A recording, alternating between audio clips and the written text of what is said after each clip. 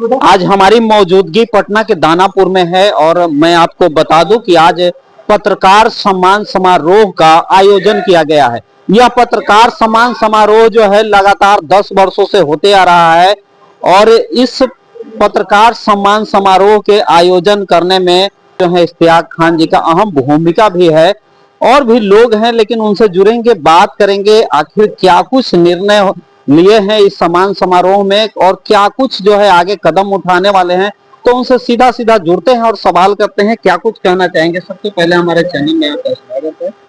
देखिए, लगातार पत्रकार सम्मान समारोह का आयोजन पिछले 10 वर्षों से होता आ रहा है और तमाम जो पत्रकार हैं वो एकत्रित होते हैं और एक साल में जो क्षेत्र में कवरेज के दौरान समस्या आती है या उस कवरेज के दौरान कोई समाज सेवी के द्वारा अच्छा कार्य किया जाता है, उन तमाम लोगों को यहाँ बुलाया जाता है और वैसे 10 लोगों को चुना जाता है जो समाज के लिए अच्छा कार्य किए, उनको ये पत्रकार सम्मान समारोह में सम्मानित किया जाता है। साथ ही तमाम पत्रकार के साथ गेट टुगेदर होता है कि पिछले साल जो हम लोगों ने छोड़ा और नए साल जो हम लोग काम करेंगे उसमें किस तरह आपसी सहमति, आपसी एकता, समाज के हित के लिए कार्य होनी चाहिए, बेरोजगार लोगों को रोजगार के हित पर बात होनी चाहिए, तमाम चीजों पर चर्चा होती है। लेकिन पत्रकार सम्मान समारोह 2025 का जो आज आयोजन हुआ, इसमें मुख्य बातें निकलकर ये सामने आई कि जिस तरह मुख्यमंत्री पत्रकार पेंशन योजना की शुरुआत की गई है, इस पेंशन योजना की शुरुआत में जो पटना के ग्रामीण इलाका के पत्रकार होते हैं, बेटा, दानापुर, मसौढ़ी, पाली, विक्रम, कोइलवर, तो ये जो पत्रकार हैं ये लोग स्टिंगर के रूप में कार्यरत रहते हैं। इनका ना पीएफ कटता है ना इन्हें टीडीएस कटता है और पत्रकार पेंशन योजना में 20 वर्ष का एक्सपीरियंस, 60 वर्ष होना और साथ साथ कोई भी एक प्रमाण पत्र जो उन्हें पेंशन का हकदार बनाता हो, जिसमें टीडीएस, जिसमें पीएफ, ये चीजें आती है, इसको लेकर चर्चा हुई और निर्णय लिया गया। जो मुख्य अतिथि थे रणबीर नंदन, उन्होंने भी इस बात को रखी है कि मुख्यमंत्री से इस बात को की जाएगी कि उन स्टिंगर और रिपोर्टर्स की भी पेंशन में सहभागिता हो, इसके लिए उन्हें कोई एक निर्णय लेना पड़ेगा।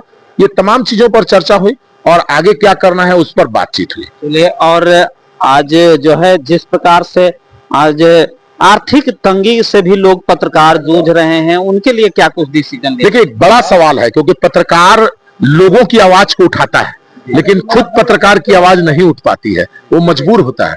आज ऐसे कई पत्रकार हैं जो घरेलू तंगी से जूझ रहे हैं, कई वैसे पत्रकार हैं जो फील्ड में काम करते हुए उनकी हत्याएं कर दी गई, कई ऐसे पत्रकार हैं जो गंभीर बीमारी से जूझ रहे हैं। उनके लिए भी जो ये पत्रकार सम्मान समारोह है और बिहार जर्नलिस्ट एसोसिएशन है, इसके सदस्य के द्वारा कार्य किया जाता है और उनके परिवार से मिला जाता है, उन्हें एक राशि दी जाती है और जो उनको सुविधा मिलनी चाहिए वो सरकार से लड़के दिलाया जाता है। पत्रकार पर जो हमले होते हैं उसके लिए क्या कुछ? बिल्कुल ये गलत है और हम लोग इसका पूरी कमेटी हमारी निंदा करती है कि लगातार फील्ड में जो दिन रात कार्यरत रहते हैं उन पर इस तरह की हमला होना, उनके साथ पुलिस प्रशासन की गलत रवैया, केस में फंसा देना, इन सब चीजों का हम लोग विरोध करते आए हैं और आगे भी हम लोग विरोध करते हैं। प्रशासनिक भी कहीं ना कहीं दबाव बनते जा रहा है पत्रकारों पे। देखिए, पत्रकार यदि अपना कार्य सही से करें तो प्रशासन के उन्हें कोई भय और डर नहीं है।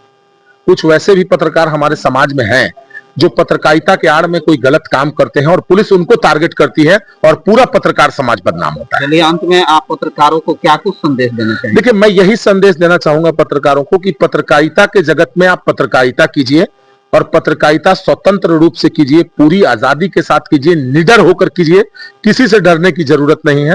अगर आपको कहीं कठिनाई आती है तो हमारी संस्था खड़ी है, आप हमें याद कीजिए, हम लोग उस संस्था देंगे। चलिए, बहुत बहुत धन्यवाद। तो ये थे हमारे इश्तियाक खान जी।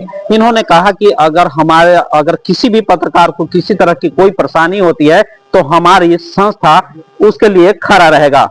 खबरों में फिलहाल इतना ही। बने रहे पटना न्यूज एक्सप्रेस के साथ। धन्यवाद।